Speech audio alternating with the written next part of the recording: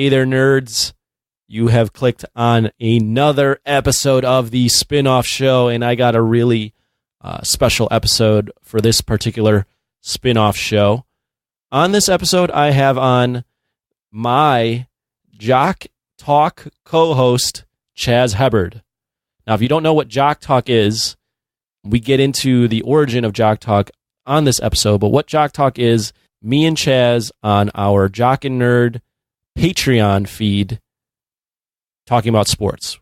During the NFL season, we talk about it weekly, but out of NFL season, we'll do it whenever there's big news coming out or things in the sports world that are noteworthy and worth talking about. So for this particular episode of the spinoff show, I bring on my co-host from Jock Talk, Chaz Hebberd, to do a free version of Jock Talk on the spinoff show. I was super pumped to do this because I never really get to talk sports. I only get to do it with Chaz, but it's on our Patreon feed, which you have to pay for. So this is a free version of it. If you really end up liking it, go to patreon.com/jockandnerd, float us a little donation, and you can hear more archived Jock Talks and more Jock Talks in the future. On this particular episode of the spinoff show featuring Chaz Hebberd from Jock Talk, we talk about the NBA draft lottery, talk about the NBA playoffs, talk about our predictions for who's going to make it to the finals. We talk about the situation in Philadelphia and 76ers and seeing who they're going to re-sign. Then we get into a really late version of NFL draft recap. I don't really know crap about it, so Chaz educates me on the NFL draft and who did well. And then finally, we close out with what is my forte, which is the UFC. Chaz asks me a bunch of questions about the UFC. I answer them. Jock Talk is back. It's on the spinoff show, one time only with Chaz Hebberd. Check it out. Cue the EDM music. Let's go.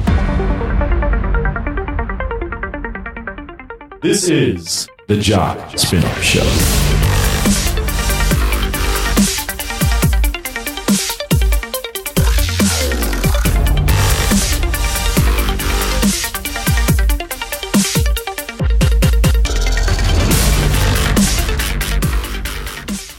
Chaz, it's been a while, man. What's up? Yeah, it's been a long time. We've been trying to do this for a minute, feels like. Yeah, and now we're doing it on the spinoff show. So for a lot of people, probably this is their first time ever hearing a Jock Talk between me and you. So do you want to just tell everybody how this even got started? Yeah, sure. So I listened to Anthony and Imran pretty much since the beginning, since long, long ago. And then at some point I got involved in the Facebook group and the Patreon page, and I noticed that the show is called Jock and Nerd, but other than occasionally Anthony talking about something huge that happened, there was no Jock portion of the show really at any point. So I kind of just sent them an email and asked them if they wanted to do just a little quick Jock section. They could put it just on the Patreon, have some more content, try to get people to sign up for it, and we just kind of started bullshitting about sports every once in a while. Yeah, and then we started doing it weekly for the NFL because football's your shit, right? Yeah, big NFL guy. Love football. And then I mean, you parlayed that into you've been on Jock and Nerd, and then you went on Voice from the Underground. So now you're just this podcaster now, podcasting mall cop, podcast whore. Yeah, mall cop also. Yes, still a mall cop. I am still a mall cop. Hell currently. Yeah. And for anyone that wants to stalk you, where are you at? You're in Colorado, right? Yeah, Pueblo, Colorado. You swing by the Pueblo Mall, you will find me walking around yelling at 14-year-olds. Are they still spraying? I remember like when I was in high school, I remember being at the mall and kids had the string spray. Is that still a thing? Not as much. The hot thing right now is Spencer's in the mall sells fart bombs. Oh, God. And so they're buying fart bombs and launching them into stores and taking off. They think that's pretty funny. Which, God, kids suck. Objectively, sometimes it is kind of funny. It is funny, but it's also like, oh, God. Yeah. Yeah, that's it, but I don't know what's going on with these kids right now. They're freaking fighting. Like every day. Fist fighting? Yeah, like these little 12-year-olds, they just walk around in groups, and then they see each other, and they're like, what's up, you want to fight? And then they just start freaking brawling in the hallways. Like beef, or like they're just going in? No, they don't 'cause know it's each fun? other. They just we're a group of kids that are roughly the same age, and they'll just throw down. Let's weird. see. I hope this phase ends soon. Yeah, that's annoying for you. Yeah, definitely. But you're a bigger dude. You'd probably just one hand these kids and throw them out. I mean, I have not had to get physical with anybody yet. Yeah. I would just tell kind them of to like stop? to keep it that way. Yeah, I usually just go up to people and stop, and they cuss at me and flip me off as they're walking out the doors. So Nice. Well, you live a good life. I guess you could say that. It's better than some things, I suppose. So normally how these Jock Talks go, for anyone that's listening for the first time, and is, first off, if you like this, we do these occasionally on Patreon. So if you go to Patreon, patreon.com/jockandnerd, and you give us a donation as low as $1 a month, you get access to all this free content, including, or not free, but all this bonus content. You are paying for it. You get this bonus content, and Jock Talk's one of the bonus things we have on there occasionally and week to week when the NFL season starts. But the way these run is I do no work. Chaz looks up everything, and he kind of runs this like PTI style, like on ESPN, and me and him just talk about sports. So Chaz, Much less informed, but yes, Yeah. PTI style. much less informed, but I think, but see, we stay up and watch the games. Tony Kornheiser goes to bed at like 9. That's a good point, but he has a crew of writers that That's true. tells him what happens and what he should think. I That's believe. true. He is funny too, I think. Well, I haven't watched PTI in probably, 10 years. That is they have a podcast now. Oh, So they okay. just turn the show into the podcast. It's 20 minutes. It's That's much super better. easy to take in. But yeah, Yeah. I think that's probably the tip top of sports news shows for me. I Yeah. enjoy those I like guys PTI. a lot. Well, you want to I guess embrace we'll debate? Yeah, I guess we'll start with the draft lottery tonight. Did was you have a tonight Game for of the Thrones NBA. PSA? Oh yeah, if you're one of the people that's crying about they're rushing, they're not doing the story right, blah blah blah, stop. No one cares. Just watch it, enjoy it. It is what it is. Crying about it's not gonna make them add 4 episodes or whatever. We're gonna talk more about this on the Jock and Nerd pod, but I do have to say I'm enjoying the week to week madness from the internet on Game of Thrones because, yeah, it's a great point. They don't care, man. They're done after this season. They're writing the story they want to write, and they don't care about your fucking tears. I think what finally triggered it for me was everyone's been crying so much about the way Cersei. Spoiler alert! Spoiler alert! Spoiler Yeah. shit. I got in trouble for spoiling stuff on The Nation about Did a you? week ago too. Yeah, but yeah, everyone's mad about the way that Cersei goes, Mhm. and I don't know. I don't understand why people are so mad. They're mad because they try to make Cersei sympathetic a little bit at the end. You're watching her melt down. I think a lot of it, not all of it, but I think a lot of it is people had an idea of how it was supposed to go, and they're not getting that satisfaction of how they thought it was supposed to go. So now they're like, "What the fuck? You ruined it. This was a great moment that you could have had, and now you ruined Jaime and Cersei. What the fuck?" Shut up. Yeah, Stop. but in my opinion, yeah, those are all everything that you thought might have happened was just a theory. This is what it really is. So I don't understand why people are getting so upset. Like the guys that have been telling the story the whole time that made you love this are still telling it. Right. Yeah, it's not like we got new. I mean, now you're getting all the. Look, I don't want to make this too much about Game of Thrones, but then you keep hearing this stuff about, oh my god, the fucking books. When the books are now, they're not following the books anymore, so they've really lost their way. Don't give me that. And, Yeah. and I haven't read all the books, so I'm not an expert on this. But from what I understand, they've deviated a lot from the books for a whole very time. long time. And Yeah. they've been done with, I think around midway through season 6, if I'm not mistaken, the books had no more material to hand to them other than George R.R. Martin's notes. So stop. Just stop with the fucking, if they had the book. Like the same motherfuckers are still doing the show that you enjoyed for this long. Stop it. Please stop. And most of the big stuff they've had planned out from the beginning. So Right. it's not like they're just spitballing it as they go now. Right. They're telling the story they were going to tell the whole time. Yeah, just All right, that is all. week to week thoughts. Week to week thoughts on Game of Thrones because of the fact that I binged it and am now just caught up with the rest of the world and having to deal with this week to week bullshit is pure insanity. That's all I got to say about Game of Thrones right now. Yeah. All right, we'll move on to sports now. Sports, Jock talk. So we'll go with the NBA draft lottery because that was tonight. It was tonight. What the fuck? The was Pelicans that? got the number 1 pick. So well, let's preface this.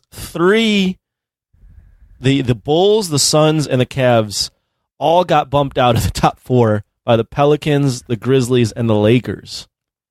I'm going to be honest, I don't have a real good understanding on how the lottery works, like what the odds are and everything. They just changed it. So it used to be that the top team got the best odds, but now it's the bottom 3 get like a 14 or 15% chance.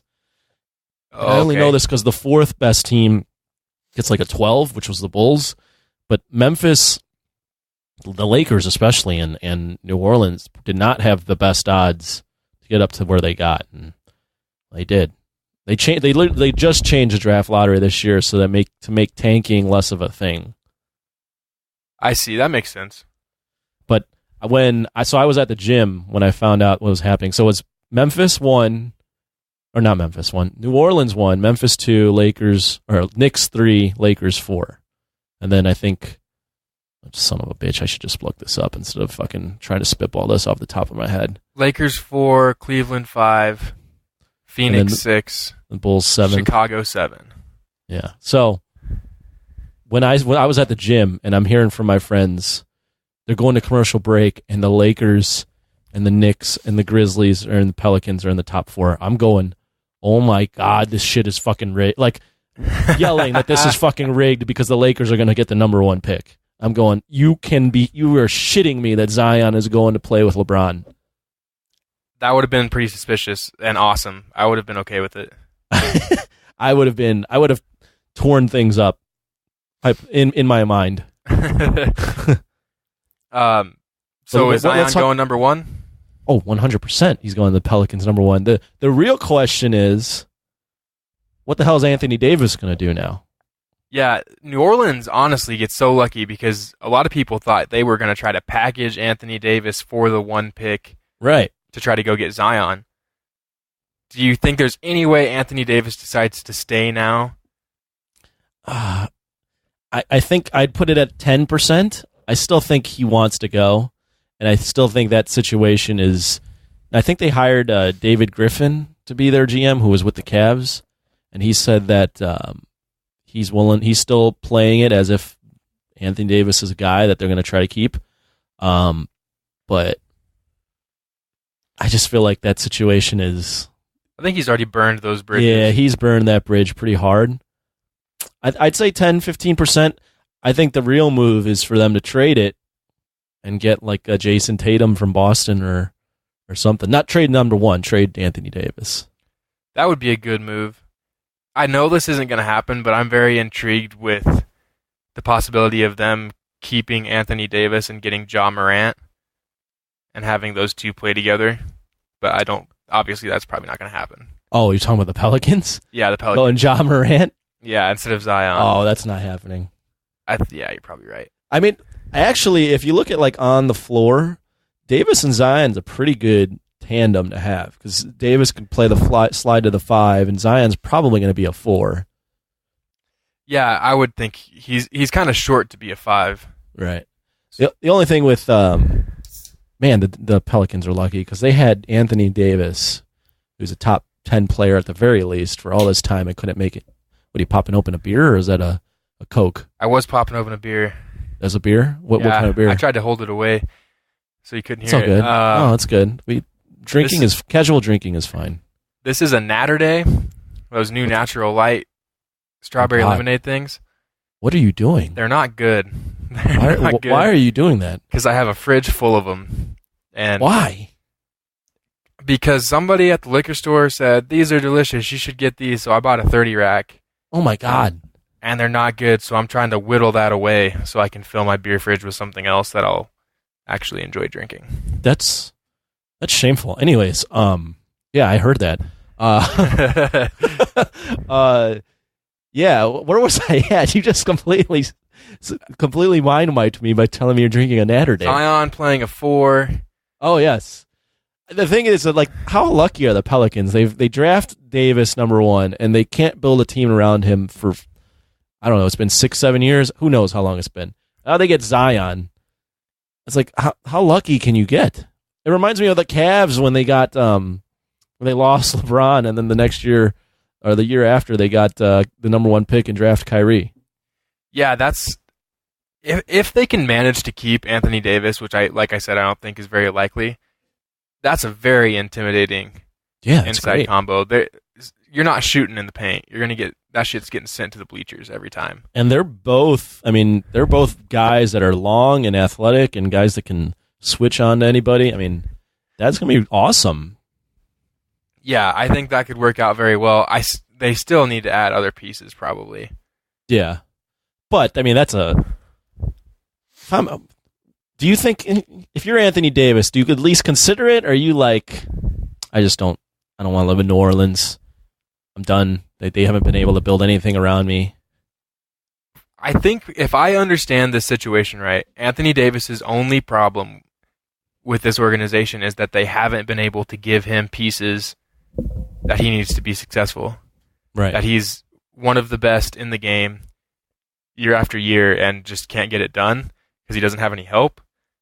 So I think I don't think he has a problem with the city. I don't think he has a problem with any of that. I think it's just the teammates. So if he thinks Zion can help him and that they can play well together, you might have to consider it, especially because I get the sense that New Orleans is not going to trade him somewhere he wants to go.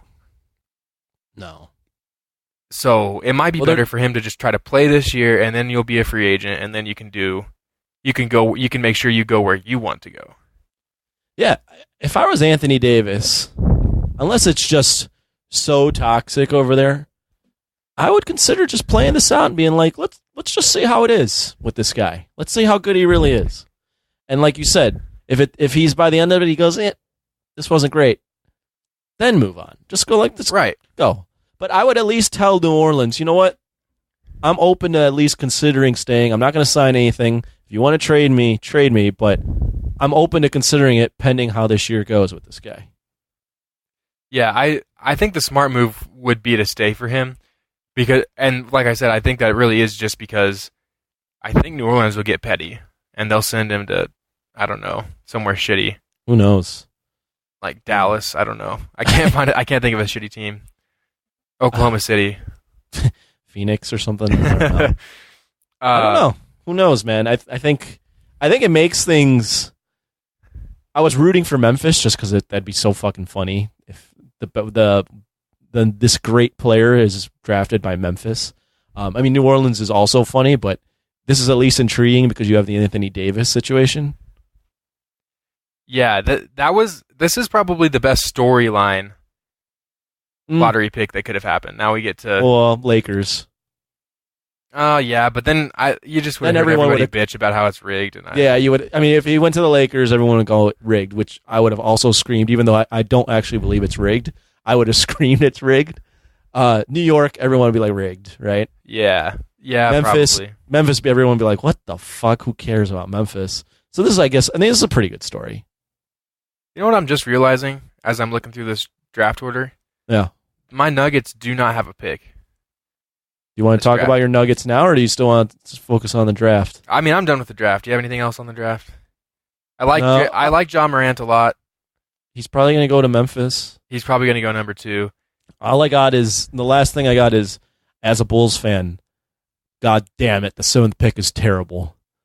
Yeah, that's kind of far down. Although the mock draft that I'm looking at has them taking Kobe White from North Carolina. I like him, but not as much as some of the guys in the not as much 4. as anyone in the top 4. Yeah. God damn it. We suck. Okay. Well, the Nuggets, I mean, I know that Golden State actually just won, so this is already kind of old news. They just beat Portland by 22. But we're Nuggets, just because you're a Colorado guy. What were your thoughts? Game 7. Denver is supposed to be one of the best home court advantages there is because of the altitude. Mm-hmm. You cannot have a 17-point lead at home in that playoff game and not come out with the win. Yeah. That being said, they made it further and played a lot closer than I expected the Denver Nuggets to do in this playoff. So I'm not terribly upset about it, but when they were up by 17, I thought, oh, they got it in the bag. So yeah, it's I'm one a of those little things. disappointed with that, but I listened to a podcast because I quite honestly haven't been following the Nuggets. I know Jokic is awesome and he's been great in the playoffs. Besides anyone, really, who else is following Denver except people out in Denver? But beside the point, it's kind of one of those things where this was a really good season for them, and it was like an unexpected run to go from not being in the playoffs all the way to the 2 seed and going to the semis. So that's great, and Jokic was awesome, which is cool to see. But as you mentioned, they blew a 17-point home, lead at home in Game 7. That's kind of a really bad loss for them too. yeah, it is. It is. It's one of those things where it's like, yeah, we went far, but we shouldn't have lost this game. On the other bright side of this, though, is I think Portland can make a series with Golden State somewhat interesting. I don't think so, but I mean, they might win 2. I think Golden State was just going to beat the fucking britches off Denver. So probably that's going to save us that embarrassment. Probably, yeah. I can see that. What do you? We're probably only 2 people that are talking about Denver Nuggets basketball on Tuesday, but probably. But Paul Millsap's a free agent, or not a free agent. I think they have a team option on him. Would you keep him? Yes. So No. I don't think you want to change anything from this team. Obviously, if you have a shot to get one of the big free agents like Clay or Kyrie, which I don't think Denver does, you try to make that move. Right. But from what I'm hearing, Michael Porter Jr. is expected to play. I've heard a lot of this already. They did the process red shirt like Philly did with Joel Embiid on him this year. So at no point were they ever going to try to play him this year, but he is expected to play at 100% next year.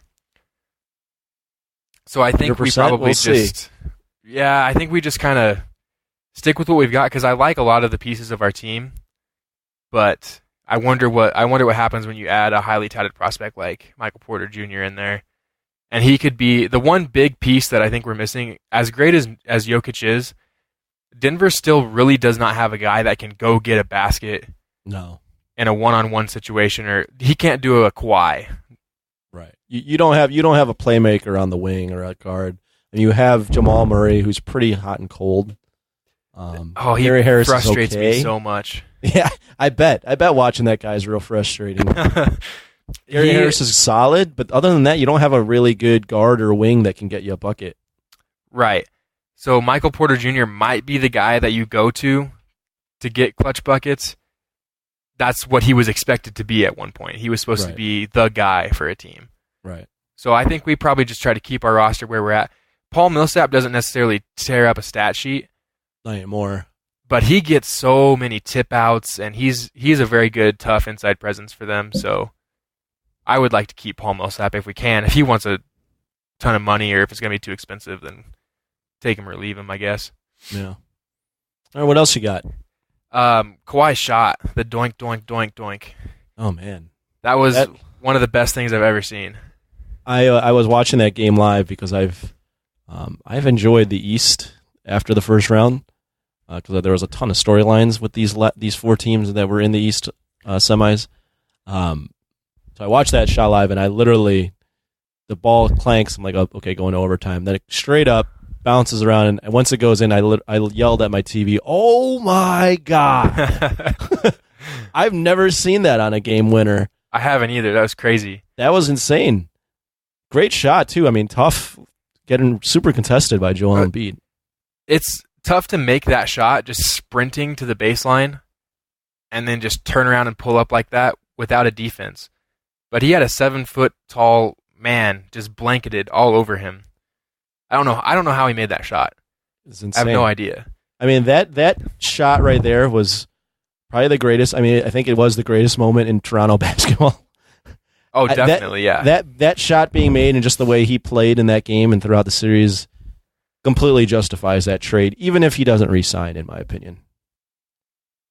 You're probably right. I hadn't actually thought about that. You're probably right. Because even if he doesn't re-sign, you couldn't have gone back this year and run it back with, who the fuck did it? DeMar DeRozan. Like, it wasn't going to end any differently. Yeah. You needed that guy who, in that game, did you watch that game? Not the whole game, no. I watched most of it, and he was that dude where everyone else was, oh shit, game 7, I don't want to shoot type thing, and he was going, okay, I'm going to have to shoot. I think he shot 39 times. Yeah. And, it was just one of those things where that's why you go and get a guy like that, because he is one of the top 10, maybe even top 5 best players in the world, and he is not afraid of that moment. Okay, I've got a couple questions. Yeah. All right, first of all, are these playoffs better without LeBron? Are they better without LeBron? Because this is the first time in how long? I like them better just because I'm tired of fucking the same guy in here every year dominating the narrative. So, yeah, I like it. I think that's probably part of it for a lot of people. But I think it also happens to be that there's all these Game 7s and close series for the first time in a while. I don't know if that's necessarily because LeBron's not here. I think the teams have finally evened out a little bit more, just all the way across the board. Yeah, for sure. But yeah, this is the first time in a while it feels like a playoffs where we don't know who the 2 teams in the finals are going to be. I mean, it's still safe to assume Golden State's going to be there. I know it was a little hairy there when Durant got hurt, but now that they beat the Rockets, it's safe to say Golden State's going to be there. But we don't know who's coming out of the East, and we don't really know how good that team is going to, like, that inevitable Golden State versus either the Raptors or Bucks. Golden State will be the favorite, but I don't know how that's going to go. The Raptors or the Bucks could be really good. Yeah. Yeah, I feel like there's a little bit more intrigue in this playoffs than we've had in a little bit. It doesn't feel like a foregone conclusion. Yeah. And then my second question is, what would be your let's just say top 5 players in the NBA right now? Because mine has changed drastically from last time we had this conversation. So the playoffs are so interesting because the playoffs are basically a game-to-game referendum on how good you are. And if like every game swings so much. Take, for instance, the Sixers. Oh my God, Ben Simmons is amazing. Oh my God, he's terrible. They need to trade him. Oh, Joel Embiid's great. Oh, he can't stay on the court. He's terrible. He'll never be healthy. Like every game, like even like James Harden. Oh God, he's one of the best in the world. Oh, now like he can't beat the Warriors. He needs something. There's something going on with his one-on-one styles. It's not going to work in the playoffs. There's always like these like calls on like deciding who a player is after the playoffs, but playoffs are a factor. So, are we doing top 5 in the league or top 5 in the league? Yeah. Jeez. I mean, I think LeBron is still there. Oh man, that's tough. All right, I'm gonna name some. I'm gonna go Durant, Curry.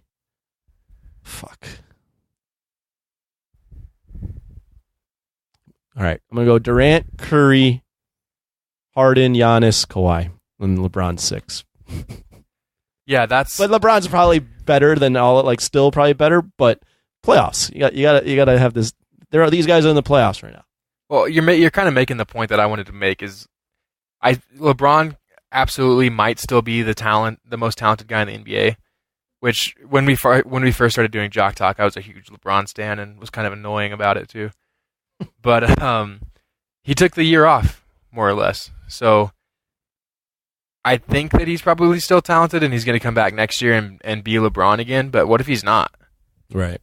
So I think just based off of the information that we have right now, I would probably also go Durant, Curry, Kawhi, Giannis, Harden.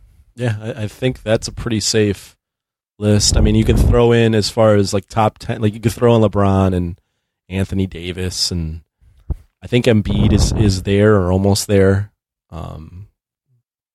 Yeah, I don't know. After that, who knows? Yeah, I mean, and you can shuffle those around, but my point is LeBron's not in the top 5 for me anymore, and he was number 1 for me. Yeah, no, I mean that's what happens when you miss a playoffs. You know, even right. People forget. Well, it's not even that he missed the playoffs as much for me as he just didn't play this year. Really, no, he took huge chunks of time off, didn't play hard all the time. Yeah, this was the memes or the videos of LeBron just not playing defense really hurt his so year-to-year rep. Me. Yeah, that I was a huge LeBron fan, and that made me not really at all, because no matter what, you have to try and put effort in. And then when he would get mad at his teammates after his guy scored an open layup, it's just like, I don't know. He rubbed me the wrong way. Yeah, I agree. But I think he's going to come back and be LeBron next year. That Lakers situation is kind of a mess. Yeah, it kind of is right now. What did you think about Magic just leaving? I thought it was funny because I anything that bad happens to the Lakers or the Knicks, I just laugh because it's just funny, especially either of those two franchises. Magic Johnson leaving like that. First off, I thought it was funny because everyone was like, "Oh my gosh, Magic Johnson, he's going to turn it around. He's so invested," and then he quits. I honestly feel like he quit because it got tough, and he was like, "This isn't as easy as I thought it would be." That's 100% how I see it too. Yeah, and he just quit. He's like, "Oh, I just want to be friends with everybody," and it was like, "No, you realize that you signed the best player in the league, and you still didn't make the playoffs." And you're going, "Oh my God, like not everyone wants to come here." Yeah, definitely. And I can't just be tampering every 2 minutes.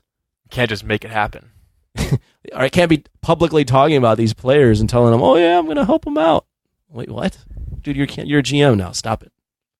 I remember after Trump got elected, it was like 100 days after his presidency started. Yeah. He did an interview and he said, "Honestly, my old job was a lot easier. This job's a lot harder than I thought it would be." No shit. And Magic had the same realization, I think. Oh yeah, 100%. He was on TV, being a personality, being a Lakers like ambassador, and then you get into the GM role, and it's like, oh, this is hard. Yeah, no kidding. So, what are your predictions going forward in the? First, what does Philadelphia do? Great question. I was thinking about that. Yeah. Fuck if I know. Oh my, that's a tough call. I've heard a lot of different things. I feel like I almost feel like you have to run it back with those guys because you only had like less than half a season to kind of figure it out with all those guys. But by doing that, you would just be insanely over the tax. Also, from what I saw in the playoffs, that offense did not look smooth at all. I don't know. I mean, there's talk about firing their coach. There's talking about keeping Butler or Harris or one of the two. There's talk about trading Ben Simmons. That is just, I don't even have a good answer for it. I would say run it back just because, again, you haven't really gotten a full season out of what that team could be, but there's no easy decision on that one. I guess the thing that I think of first is you got to answer some questions. Is Ben Simmons a max player, first of all? Are you going to give him a max contract next year? Not only that, is he a point guard? Yeah, that too. But because he can play, he plays point guard he's fine when they're going in transition, but when he's in the half court, he passes the ball to somebody, and they got him in the quote unquote dunker spot, which is basically he's on the block ready to catch lobs or rebound. That's not where you want your point guard. Right. I mean, he's got to develop a shot.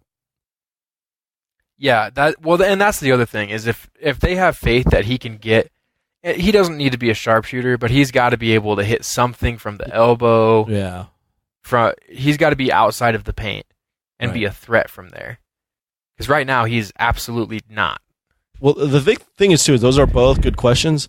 The other thing is, too, is if there's any thought to considering to trading Ben, which I'm sure they might consider it, you really got to bank on the fact that Joel Embiid is going to be healthy. And I don't think you can bank on that either. No, definitely not. So, like, if you trade Ben and then Joel, for instance, gets hurt next year, like, that franchise is just in the dirt. Yeah, and honestly, I don't expect Joel Embiid to be healthy. No, I don't either. I expect him to miss significant amounts of games every year. I think that's just going to be part of his career. I agree. So, do you move on from him knowing that? I doubt it. Yeah, the thing is, he is legitimately a top 10 player. Like, it's hard to trade that guy without knowing for sure that he's not going to be on the court. The other thing is, from what I hear, Jimmy Butler and Joel Embiid get along very well. Yeah, and they are good at pushing each other and bringing the best out of each other. So I think that it would be in their best interest to try to keep those two guys together. I've been hating on Jimmy for a bit, but he looked good on the Sixers, and he definitely, him in the pick and roll with Embiid was really good, and he was definitely the type where if they needed a bucket, Jimmy was that guy, and they don't have that guy without him. So the only thing is that's another thing. If you keep Jimmy, it's really imperative on Ben to become a better shooter because all three of those guys like the ball in their hands. Right. That's why, like, Tobias Harris is and also JJ Redick. Yeah, both of those guys are smart to re-sign because they both don't need the ball as much. That would be my other question. They're paying JJ Redick a lot of money. Yeah, they're paying him a lot. And I mean, they're on one-year deals, but they're paying him a lot of money. Yeah, and he didn't produce with that this year. He did okay. Not in the playoffs. He was kind of missing in the playoffs. I think you can get... he's old now. Yeah. I don't know. Can you find a better shooter that's a young guy maybe that you could pay a lot less money? I don't know. I feel like they might try to move from JJ Redick. Yeah, they could do that. The only thing is, I mean, JJ Redick is expensive, but Tobias Harris is going to ask for a max deal, and he's going to get it somewhere. Jimmy Butler is going to ask for a max deal. He's going to get it somewhere. Embiid's got, I think, a big time, either a max deal or as big as a pretty big contract. Simmons is up for an extension and is going to ask for a max deal. I mean, this is like Warriors situation where you're going to have four guys on max deals, and you don't even know, number one, if it can work together, and number two, if... Actually, I don't have a number two. Never mind. Number one. You don't know if it's going to work together. There's no proof that this is going to actually go any further. Yeah, and it's a terrible problem to have, but it is a problem for them because I think they're going to have to move on from one of those four guys. And honestly, I think who makes the most sense for them to move on from is Ben Simmons. Yeah, I was thinking about this as you're talking, and the guy that to move is Ben Simmons, which is insane because last year Ben Simmons was basically anointed as the second coming. He was basically Magic Johnson. Everyone's going, he's Magic Johnson. If he develops a jumper, he could be almost as good as LeBron. Like that's a once in a lifetime player. And he's just not. I actually saw an analytics thing where he's not nearly as effective in the half court or in the transition as people think that he is. Oh wow! He turns the ball over in transition a lot. I saw an article on the Ringer that was going, let's stop this. Basically, stop playing Ben Simmons at point guard. Stop saying this, and make him a center. Basically, he should be Draymond Green on a good team. And he can probably do that. He can definitely do that. He's a great defensive player. He actually has more size than Draymond. Can handle the ball in transition, make the right reads. Like that might be his. I mean, it's only 2 years into his career, so who knows how good he'll be. But that's something to consider too. Yeah. Let's do the predictions for the rest of the playoffs real quick. All right. I got Warriors in 5. and I'll go. This Bucks Raptors is rough. I'm gonna go Bucks in 7. Bucks in 7. Any particular reason why? Warriors. Well, Warriors is obvious, but Bucks. Yeah. I just feel like the Bucks. The Philly took the Raptors 7, and Philly is super talented, but they're not all with it. You know, they don't play well together yet. I think the Bucks are just this machine.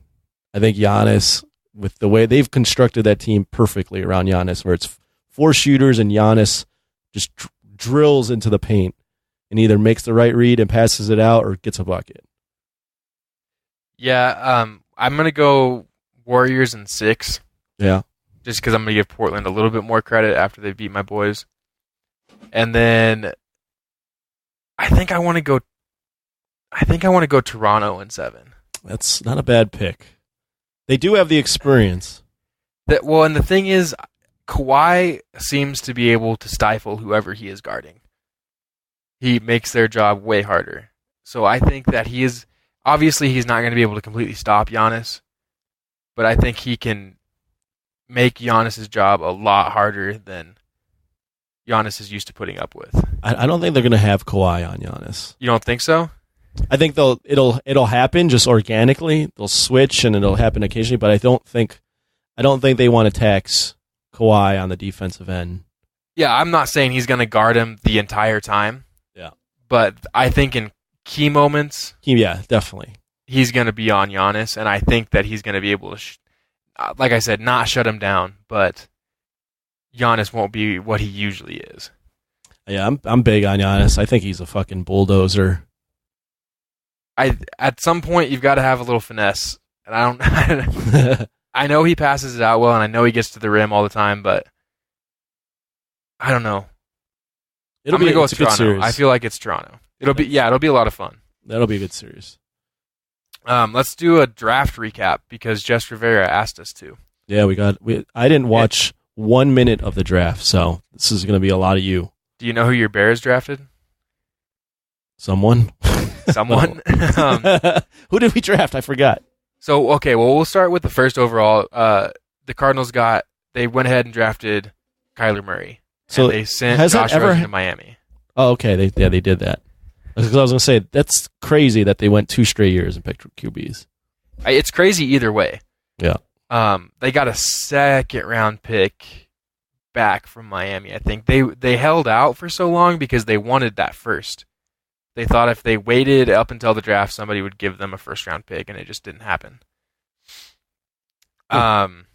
First of all, Josh Rosen handled the whole situation like a freaking pro, which is something that people were worried about with him. Mm-hmm. They didn't know what his temperament was, that kind of thing.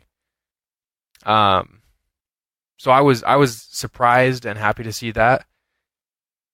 What do you expect out of Kyler Murray as an NFL quarterback? So we're really basing this off of just 1 year. Right, which is a problem for me because history tells you quarterbacks that play for 1 year usually do not do well in the NFL. Yeah, I mean, his size is going to be a thing for sure, I think. I know that Drew Brees has made it that size isn't a thing as much, but it's still a thing. He's still 5'10", 200 pounds at best. I think he's a lot. Size is going to be a problem. I don't think the height matters for him. Right. But I do think the fact that I think he weighs 180 pounds. Jesus Christ. I do see that being a problem. Yeah, and I mean, he was at Oklahoma, and Baker Mayfield's looking pretty solid, but Oklahoma is known to just be this factory for making quarterbacks look amazing. In college, yes. So, so that's why I'm going to defer to you on this. I'm not completely sold on Kyler Murray.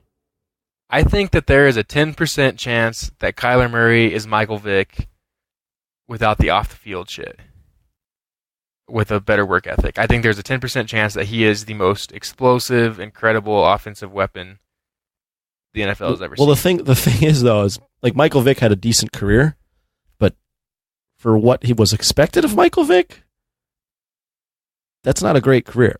But he also Michael Vick was supposed to be like change the game, like win Super Bowls, change the game type. But I think he missed his prime years because he was sitting in a jail cell.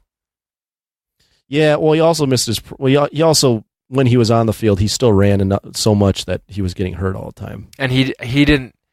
He's even admitted that he did not take the whole learning the offense, the intricacies of passing, all that. He didn't do that. No, he just went out there and played football. Kyler Murray will. I think that he will do that. I think he'll learn offenses and that kind of thing. I think he probably already has a better grasp on that than Michael Vick did. But there's a chance that he is that. But I think there's a bigger chance that he's an absolute bust that just can't get it done. Well, I'm glad they hired his water boy to be the head coach in Arizona. Yeah, that was a strange move. I know, we talked about that. That was a strange move. I don't understand that.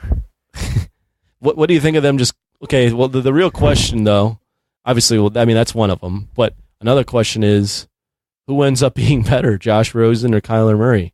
I really like Josh Rosen. He's got your more, typical size of a quarterback.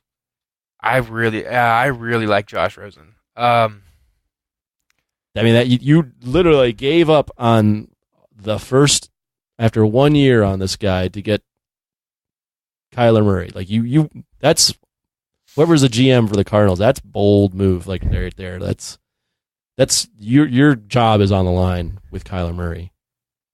Yeah. Yes. I think it's Steve Keim. Keim. I'm pretty sure. He needs Kyler Murray to be a home run, and there's definitely a chance. Not only that, he needs him to be better than Josh Rosen, I think. Probably. Yeah. Probably. I think right now I'm going to go with Rosen. Wow. I think Rosen's going to be the better quarterback. I think he's going to a little bit better team right now, too. I think the Dolphins are not good, but I think they're better off than Arizona is. But Arizona did have a good draft overall. Other than Kyler Murray, they got Byron Murphy, the corner from Washington, that was really highly rated. And then they got Andy Isabella, which is the wide receiver from Maryland that ran like a 4.3. So it'll be a guy to blow the top off and let Murray throw deep balls to. So I think it was a really good draft for Arizona, but yeah, you definitely have got to hope that Kyler Murray is as advertised. I think you're a little close to your mic. I can hear you breathing. Oh, shit. Either that or you turned up your mic too much. My bad. That's all good. A little close to it, I think. Whatever. Okay. It's not completely distracting. It's all right. And then the 49ers drafted Nick Bosa. Yeah. Who I think he's going to be good. Yeah, even though he said a lot of things that would make people mad. I didn't see what he said. I just know that he said some shit that could make people mad. That's what I heard too. I didn't really look at it. Basically, Sherman was like, I don't care what he said. As long as he's good, it doesn't matter. That seemed to be the reaction from the team, yeah. As long as he can play ball, it doesn't matter. Right. Which is probably the correct stance. Yeah, I think so. And then the Jets drafted Quinnen Williams, which is also whatever. We knew a bunch of defensive linemen were going to go high. Then the Raiders drafted Clelin Ferrell, which is kind of a shocker. Yeah, why is that? He was also a defensive lineman, a pass rusher, but everybody had him down in the 30s. And the Raiders went up and got him over a bunch of guys that were rated over him. So it's just kind of interesting. I don't think it's necessarily a bad thing. And honestly, Gruden and Mike Mayock probably saw something that nobody else saw. So I'm not saying it's a bad pick. It's just a little different, I guess. Up at 4, even though he was supposed to go in the 30s? Yeah, he was supposed to be somewhere around 31, 32. What do you think about Dwayne Haskins of the Redskins and how salty Dwayne Haskins is? Yeah, that's the pick that I was going to get to next, was the Daniel Jones one. Oh, okay, yeah. Yeah, everyone expected the Giants to take a quarterback. Everyone thought it would be Dwayne Haskins.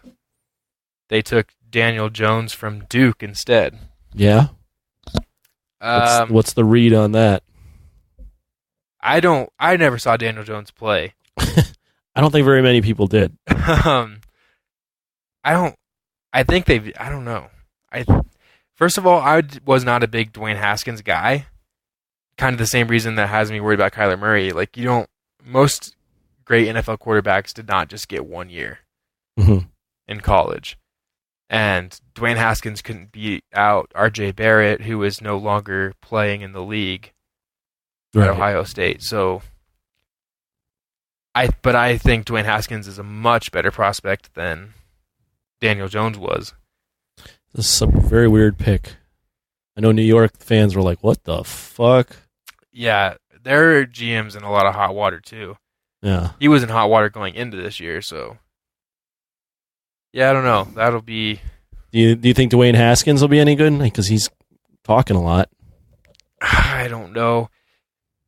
He's going to... He was a Redskins fan. I guess he's from that area.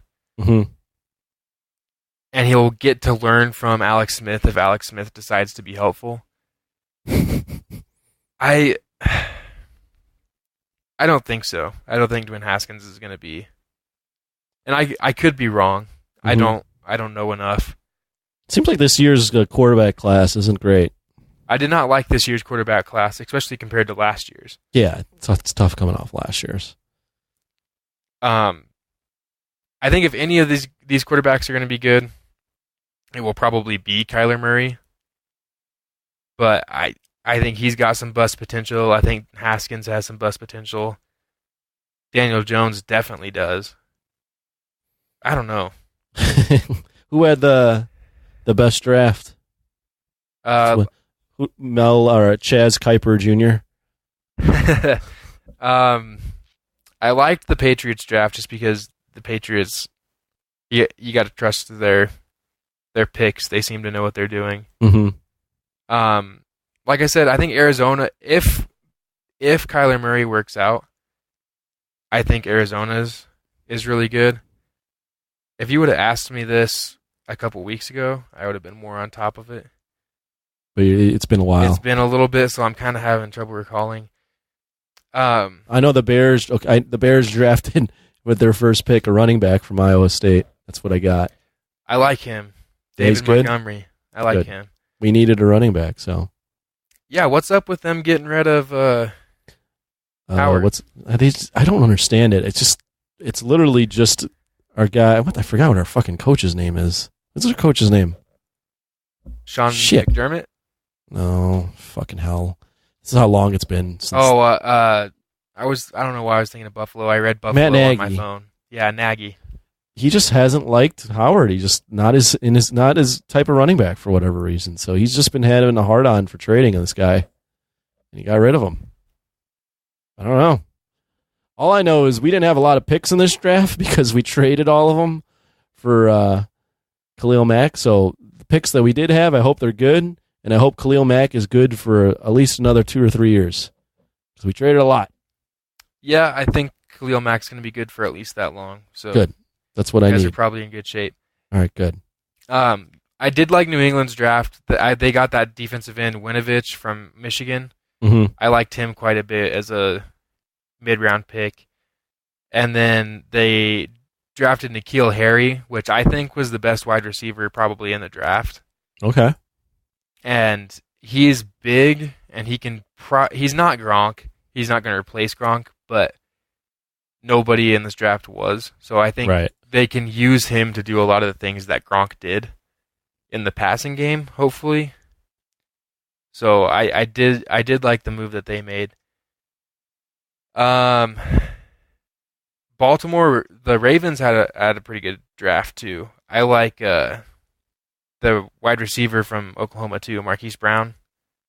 Yeah, they're surrounding. Man, I forgot this fucking quarterback's name. Lamar Jackson. Yeah, they're putting some talent around Lamar. Yeah, they've got a solid defense. They went out and got Ingram, so they bulked up on the running game. They drafted Justice Hill, which was kind of, I thought, an underrated running back from Oklahoma State. I liked him quite a bit too. and then they went and got 2 wide receivers. So yeah, they're stocking up on the offense, trying to help him out as much as they can. The league, or at least in that game against the Chargers, they figured out how to stop Lamar. So yeah, I don't think Lamar Jackson's probably going to be a long-term option for any team at quarterback. Man, you just are hating on all the quarterbacks. Yeah. Last year, in clutch situations, he could not complete a pass on 3rd down. So that's a problem.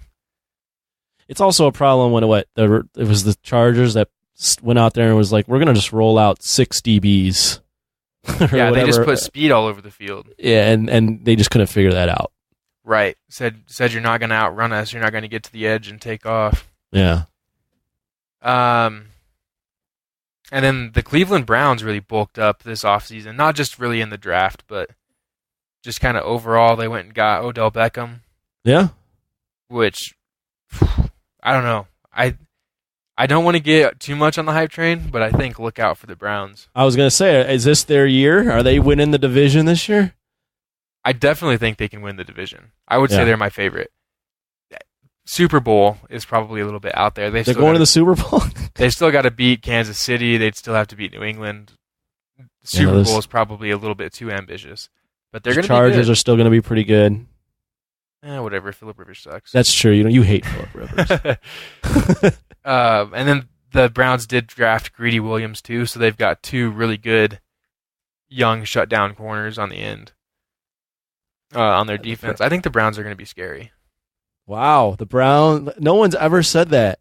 The Browns are going to be scary. I don't think I've heard the Browns. I don't think I've ever heard in my life the Browns are in the word scary. Yeah, I don't think that's ever been said in my lifetime. Yeah. That's one of the worst franchises ever.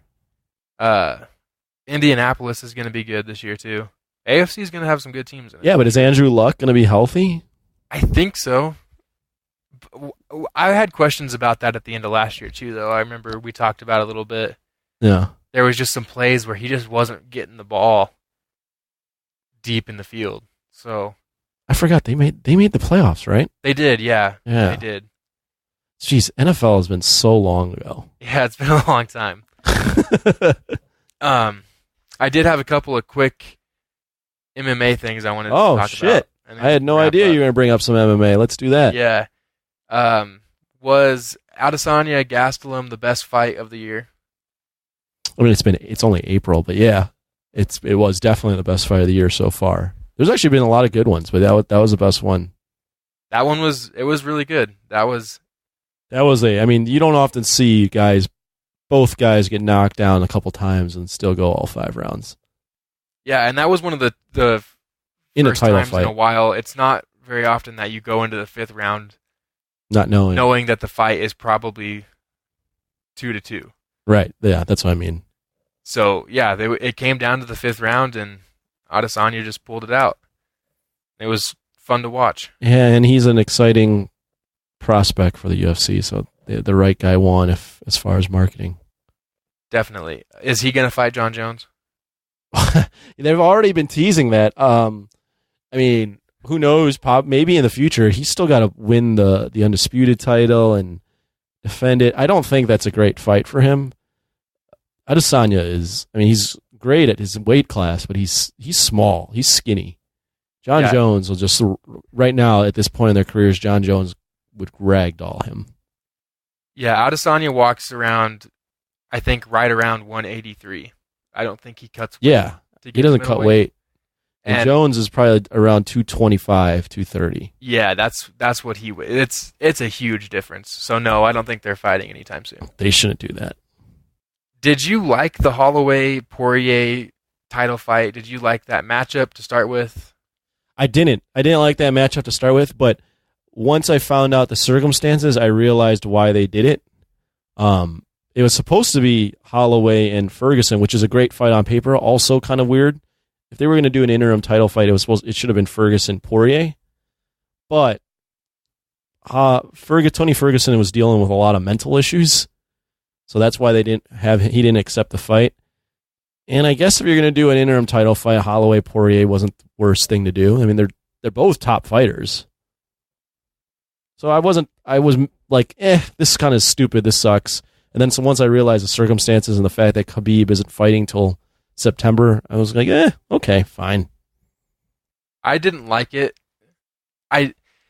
Just because those two guys, first of all, Holloway, I thought should have to fight somewhere else at lightweight first. I don't think his first lightweight fight should have been for an interim title. But both of those guys had been beaten by McGregor, who had been beaten by... It just didn't seem like those were the two top guys in that division. Poirier is 100% deserving. He's on a tear. He's beaten like Eddie Alvarez, Gaethje, Pettis, in like devastating fashion. So he was very deserving, even though he has lost to McGregor, but that was three or 4 years ago. I agree. Holloway lost even further long ago to McGregor. I definitely agree. He probably should have had one fight at 155 before throwing him in a title, but they were trying to sell some pay-per-views, and it is what it is. Yeah, happy that it happened the way. I'm a big Holloway guy, so I was kind of disappointed he lost. But for the sake of both divisions, it's better that Poirier won. Definitely. Do you think that Poirier is that much better, or do you think that Holloway doesn't have enough power at 55? I think it's both. I think Poirier's gotten a lot better. He's a lot better in terms of combination punching and staying in the pocket and avoiding being hit and staying composed. But I also think that Poirier he also used to fight at 145. That's where they originally fought, Poirier and Holloway. But it seems to me Poirier's definitely put on the weight better. Yeah. He just seems to be like a true 155, whereas Holloway can fight at 155. I'm sure he'd do really well against a lot of guys, but that power difference was too much. And Poirier looked just bigger. A bigger dude, stronger. It was one of those things where it was like, whoa, these punches are just way harder at this weight class. And Holloway, he's not really like a one-punch knockout guy at 45s anyway. No. So, yeah, I think that was just too much to overcome, probably. Yeah, I think Poirier was just a bad matchup for him in terms of 155. I think he'd do really well against a lot of guys, but a guy like Poirier who has that power is always just going to give him trouble. Like, I honestly think he'd do well against Khabib or like Tony Ferguson or a bunch of the other guys. Poirier's just got a lot of power. Yeah. Poirier is a lot better than I had given him credit for going into that fight. A lot of people didn't really think highly of Poirier, but he's quietly gotten a lot better. Is Anderson Silva done? Oh fuck, he should be, but no, he's not done. He's gonna keep fighting. He's already released a message where he's like, "No, I'm not done." You gotta be kidding me. He loves to fight. He will never retire. I don't think that he will. Him and BJ Penn will just fight forever. Oh, that was my next one. BJ Penn needs to be done. BJ Penn 100% needs to be done. Anderson Silva also needs to be done.